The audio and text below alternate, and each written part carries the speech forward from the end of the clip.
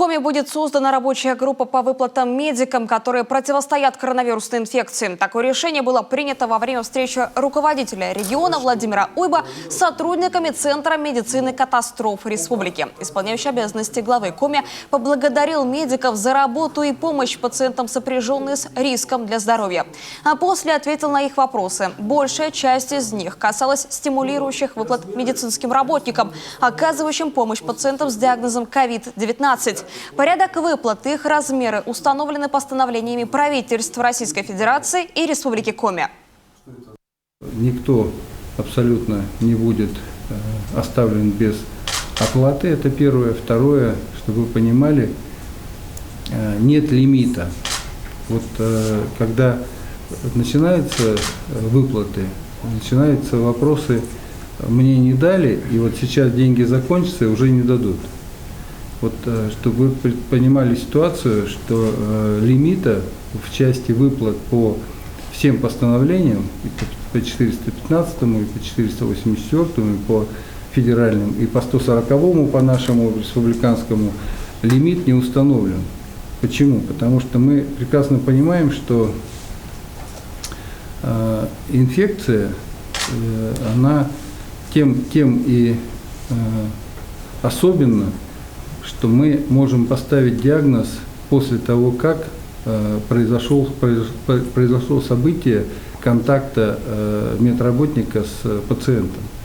И первый контакт, когда был у медицинского работника с пациентом, он был как с пневмонией или как с пациентом ОРВИ, а после этого пришел анализ, подтверждающий, что это ковидный больной. И, соответственно, вот поэтому на все постановления средства доводятся с последующим наполнением. То есть нет лимита, как обычно бывает. Владимир Уйба подчеркнул, основная наша задача – никого не забыть и заплатить всем, кому положены выплаты.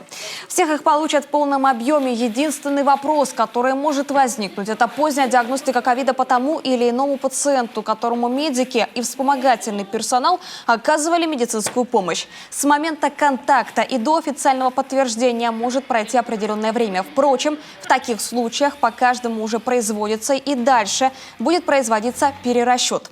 Взял на контроль Владимир Уйба и спорные моменты. Наше начальство от нас полностью окрестилось. Она сказала: разбирайтесь с главным врачом медицины катастроф, так что это он не хочет вам выплачивать. Потом они говорят уже сейчас, что это замминистра здравоохранения вам вообще ничего не хочет выплачивать. И вот так они переводят. Значит, вот все, что сейчас не урегулировано, я считаю, что надо вот сюда же, в эту рабочую группу погрузить, чтобы у нас не было 10 рабочих групп.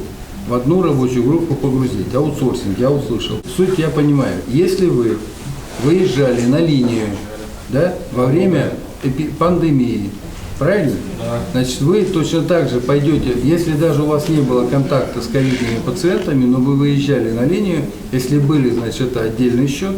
Если не было, если вы просто, условно говоря, были, ну там, грубо говоря, там, как у нас говорят, перевозка, да, но вы были, работали на линии во время пандемии, значит, это тот же самый подход.